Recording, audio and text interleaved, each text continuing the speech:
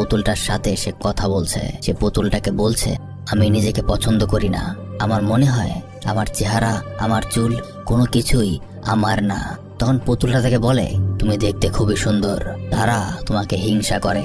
হালে বলে, গতকাল আমি আমার বাবাকে স্বপ্নে দেখেছিলাম। তখন পুতুলটা জিজ্ঞাসা করে, তুমি কিভাবে জানলে যে সেটা তোমার বাবা? তুমি তো কোনোদিনই তোমার বাবাকে দেখোইনি। হালে বলে, আমি স্বপ্নের মাঝে তাকে বাবা বাবা ডাকছিলাম। তখন পুতুলটা বলে, আমি জানি তোমার বাবা কোথায় আছে। হালে তাকে তখন রিকোয়েস্ট করতে শুরু করে, প্লিজ বলো আমার বাবা কোথায়, আমি আমার বাবাকে দেখতে চাই, বলো আমার বাবা কোথায়। তখন পুতুলটা বলে, যদি তুমি আমার আঙ্গুল কেটে দাও তাহলে আমি বলবো তোমার বাবা কোথায় আছে। হালে তার কথা মতো পুতুলের আঙ্গুল কেটে দেয়, আর পুতুলের আঙ্গুল দিয়ে রক্ত বের হতে শুরু করে। হালে এটা দেখে চমকে ওঠে, কিন্তু সাথে সাথে সব রক্ত আবার হাওয়া হয়ে যায়। তখন হালে বলে, এখন বলো আমার বাবা কোথায়। তখন পুতুলটা বলে, তোমার বাবা খুব দ্রুতই ফিরে আসবে, কিন্তু